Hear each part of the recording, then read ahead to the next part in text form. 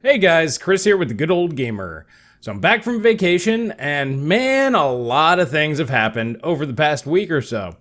Okay, so one of the biggest things that kind of struck me was actually Jim from Adored TV. His video actually got me thinking about a lot of different stuff. Now, most of it he did touch on in his video, but one of the key points that he brought up but didn't really go into is basically the fact that it seems like PC gaming, one of the reasons why things are getting more expensive, isn't so much just due to R&D or the fact that, basically the manufacturing processes are getting more expensive, which they are, but the fact that there are people out there now willing to spend exorbitant amounts of money for products that they didn't used to, essentially.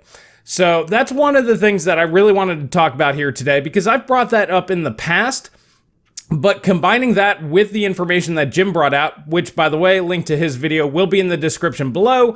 I do recommend you watch that first, so this way you kind of know what's going on, but I'll cover all the key points here. And I also really wanted to give everybody a shout out for really helping out the UFD Tech family out there. Those guys have raised a lot of money, and that's in no short part due to everybody who watches this channel. In the last video, I noticed that within the hour of that video going up, $10,000 more was raised on their GoFundMe, and they're sitting over $100,000 right now. I got an email about that the other day. So that's really awesome, and I want to thank everybody who's done that.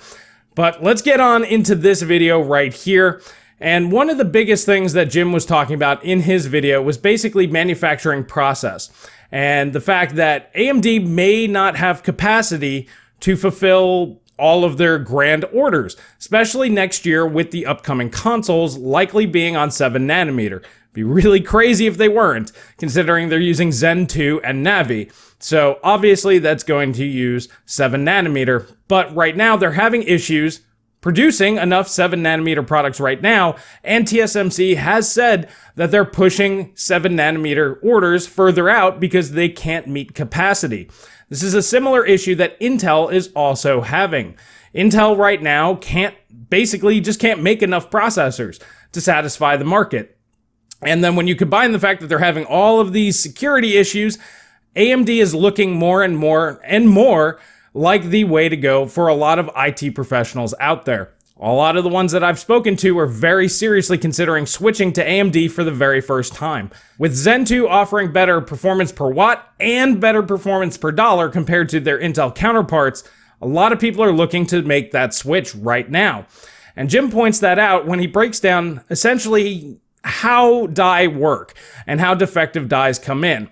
And essentially the fact that all of the defective dies, the ones that aren't good, seem to be what we're getting as consumers. As the regular customer grade products, we can only afford to buy the defective stuff. This is the reason why we see the 3950X, which is 2 non-defective dies, chiplets, on one package, that's been pushed off.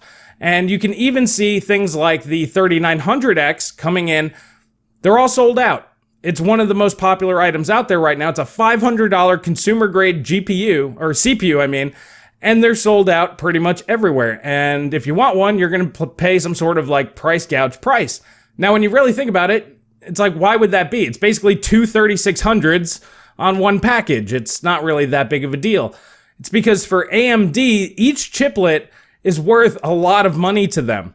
Because there are people out there in the server market that need to fill capacity because of all of Intel's mitigations zapping their performance. They're buying server parts at a rate like we haven't really seen. And this has been going on for a couple of years now. And like I said, a lot of these guys are switching over to AMD. So every little Zen 2 chiplet that has no defects, AMD really wants to put that into an EPYC server CPU. Even if they have to make a new SKU with lower clocks for worse silicon, for them, it makes more sense because those CPUs sell for $6,000, $7,000, $8,000, $10,000.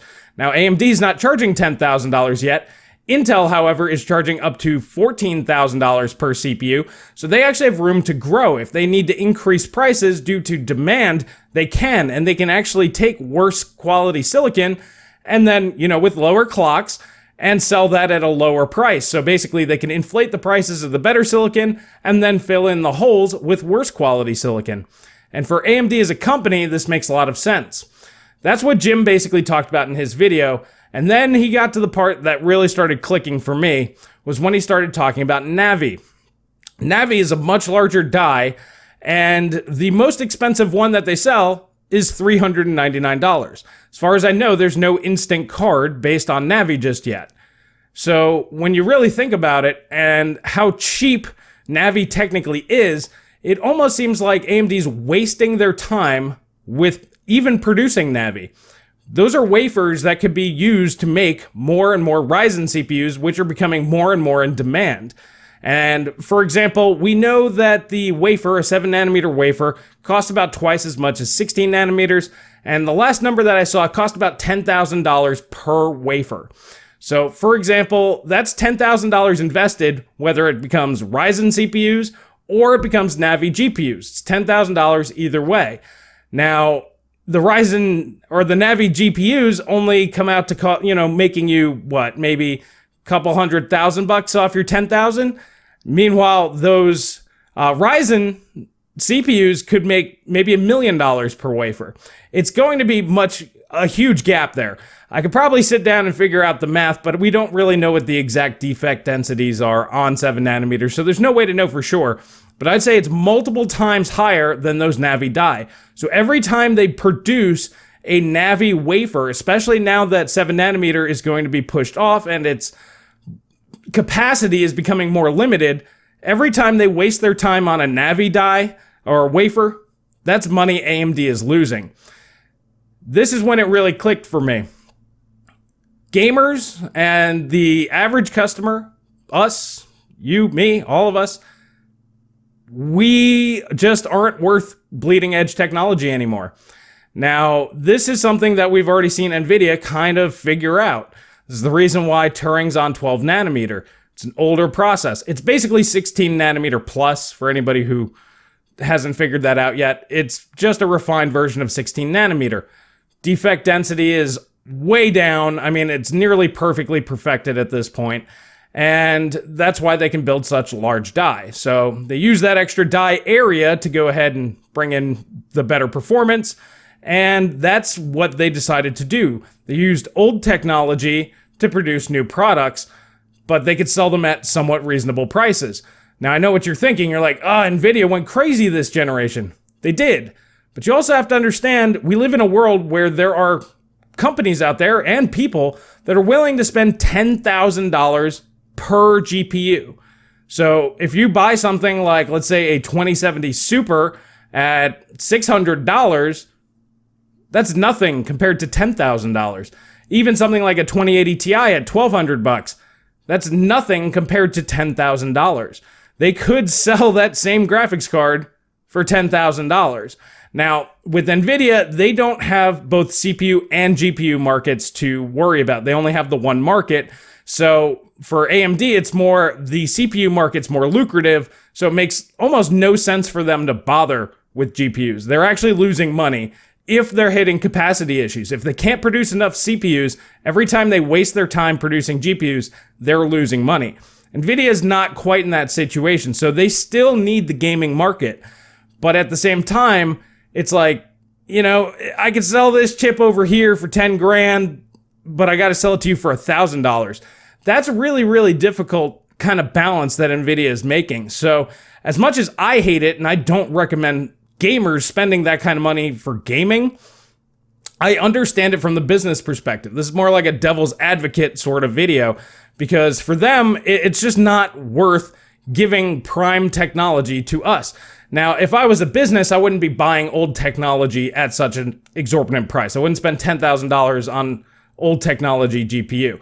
Now, if NVIDIA were selling, let's say, their new Tesla cards on 7 nanometers for 10 grand, and then selling the gaming cards to us for 1,000, that's what I think would make sense. And I honestly think that's what AMD will eventually do. They're going to look at this situation and go, all right, it's not tenable for us to continue producing graphics cards and CPUs on the bleeding edge technology. So if they have to choose one, they're going to choose CPU.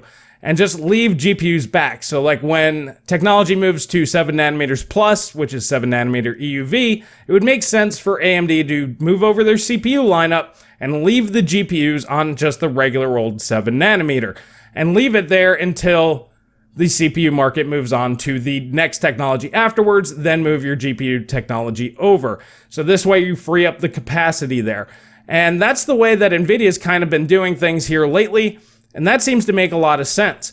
Now for us, what this means is that we're going to be stuck using basically older technology. It means progression's going to kind of have to stagnate a little bit on AMD's side particularly, because NVIDIA's already done it. They've already kind of pumped the brakes since Pascal. They're like, nope, can't keep moving forward on technology. We're going to have to hold it back a bit. And that's why the gains this generation really weren't that impressive. And prices still went up, which sucks. But once again, when you make a chip and you're like, well, I can sell it for $1,000 or I can sell it for $10,000.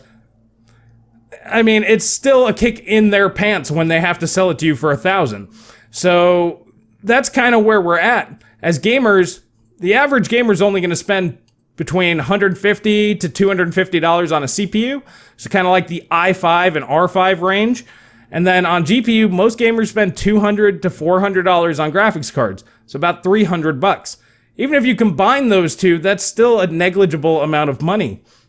So the way that I perceive this, and after watching Jim's video, it all kind of started to make sense to me. I can see that the desktop and the PC gaming market is going to be pushed to like a tertiary sort of concern.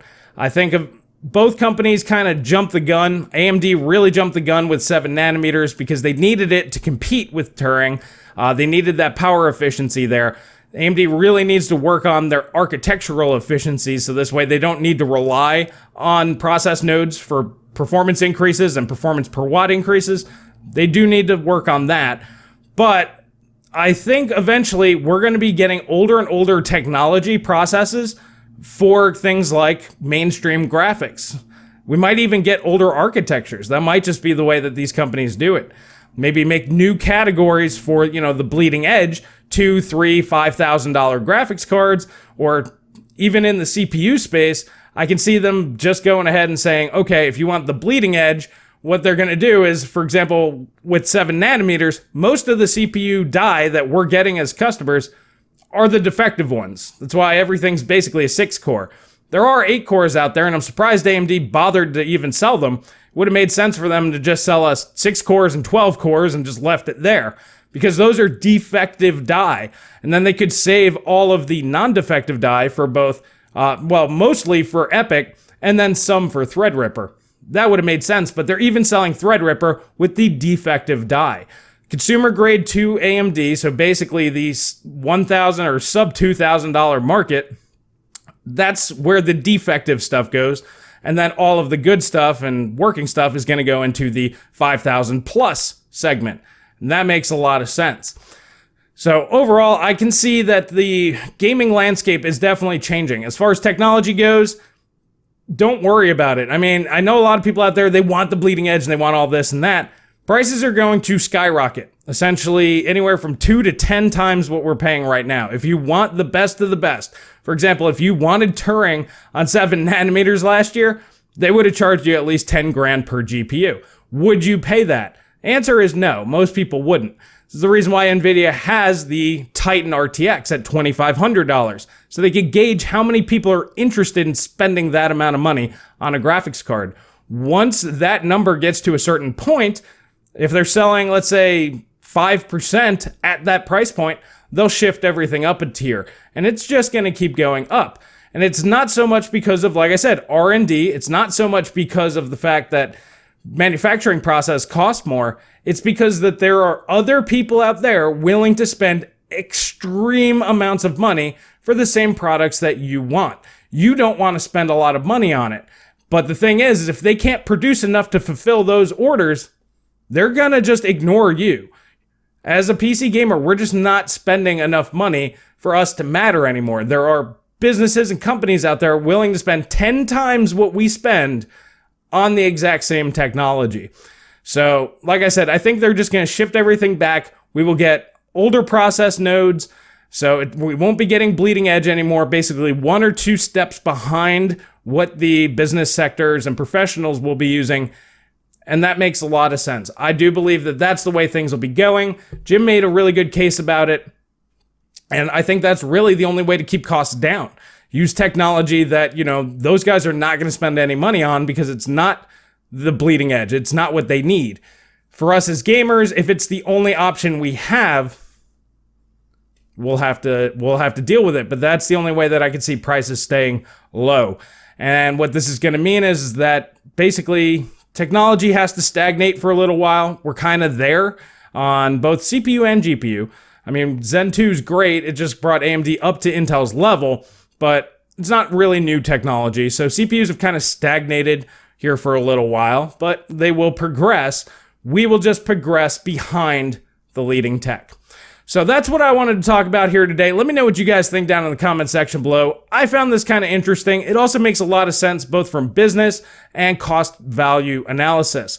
So for those of you out there that are like, I always want the bleeding edge and I can't stand, older technology, I don't think you're really going to have a choice. Like I said, NVIDIA's already selling you old tech. Once Turing came out, 7 nanometers came out in mass production in Q1 2018. So, I mean, by the time Turing came out, they could have had it on there if they wanted to, but it would have cost too much, so they didn't. And that's just the way things go. So you're not really going to have an option, I don't believe, unless you want to buy professional grade. And like I said, $10,000 for a CPU, $10,000 for a GPU, 20, 30 grand for a PC. If you have that kind of cash, I'm sure you could probably get your hands on it. But for us regular folks out here, $200 for a CPU, $300 for a GPU, I think we're just going to start getting the dregs, the old technology, and hopefully these guys can keep prices under control, because that's the only way that I can see that really happening, is using technology that nobody else really wants. But once again, let me know what you guys think down in the comment section below. If you like this video, please hit that like button. Please subscribe. Please share with friends. That really does help me out. And once again, I'm going to keep UFD Tech's links in the description below. So if you want to go ahead and buy anything, use their affiliate links, their GoFundMe's down there. Really do appreciate all you guys helping out. And that's all I have for today. And I will catch you guys in the next video.